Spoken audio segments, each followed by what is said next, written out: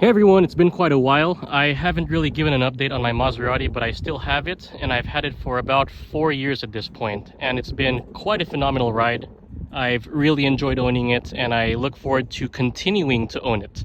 So a little background is I bought this car back in 2020 during the the virus thing that's gone on, and since then I've put about, I think, close to 10,000 miles on it so far in about 4 years. So it really is just a weekender, but all in all, it's been quite a good car. So let's do a quick walk around.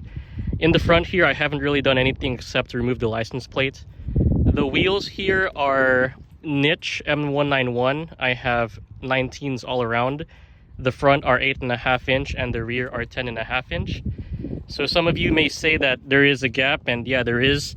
I don't want to have it ride on stiffer springs personally, and that's just my personal choice. But I have thought about that actually, and I've thought about putting 20-inch wheels on it. It does have 275/35 ZR19s on the back, and then on the front here I have the 245/40 R19s. The brakes are still pretty good. Usually you change them about every 30,000 miles. I'm still good to go there from both a pad perspective and a rotor perspective. It's been pretty good. I did do some plasti dip, just some red paint on the side vents here, as well as the logo up here, just to give it a little bit of a different touch, as well as a chrome delete up here around the trim.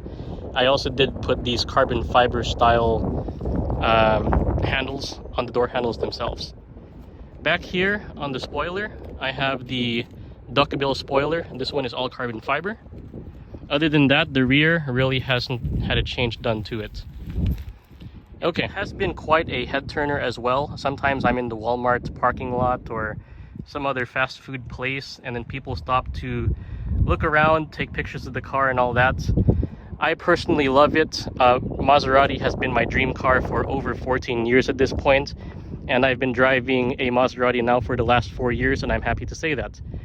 Given the YouTube channel has now paid this whole thing off end to end, I still don't think I would sell it. You could probably convince me to get Lexus ISF or BMW M3, M4, or even a C63, but I love it. It's comfortable, it rides well. I've ridden a C63 and that's been a bit too stiff for me. I think that this is a happy medium in terms of that it's not too overly powerful that I cannot run through the gears and all that and really enjoy the car. So it's amazing as it is. It's a 2014 model. There are some common problems that you should look for though. If it doesn't have regular maintenance history, like every 5,000 miles oil change, you'll see in the forums that some people have issues where the oil pump just goes out. And then that means you'll just need a whole engine, which really sucks. Other than that, many people have reported general maintenance. I've seen like 2 people in the Maserati group that have 130,000 plus miles on their Ghiblis.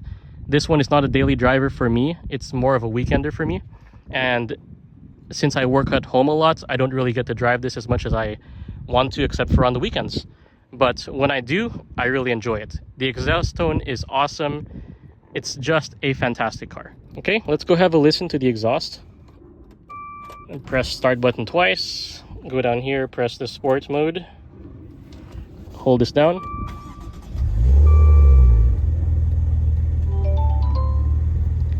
When this turns on for the first time in the morning, it sounds absolutely insane.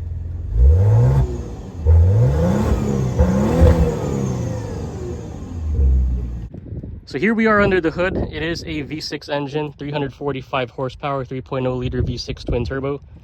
I did recently install the new air filters that are washable down here.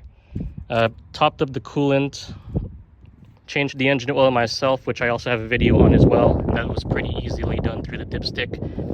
And I've also changed the battery as well. So just thinking about general maintenance, when I think about my Toyota Prius, which I also have, versus this car has been pretty much just general maintenance type stuff.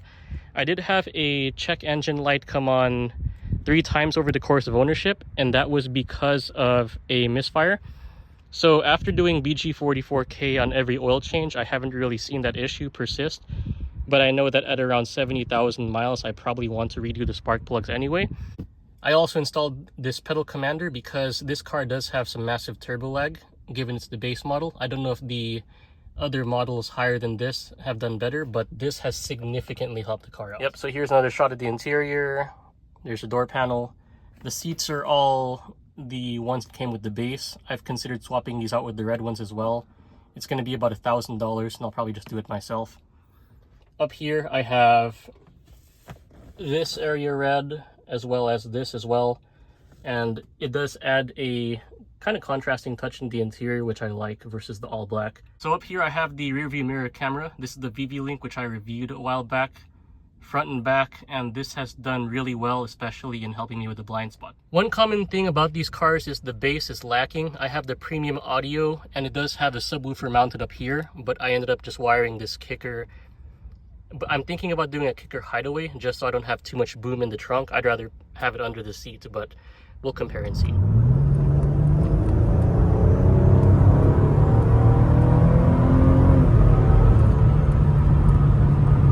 And that's it for this video. Hope to see you guys in the next one. Please don't forget to like and subscribe.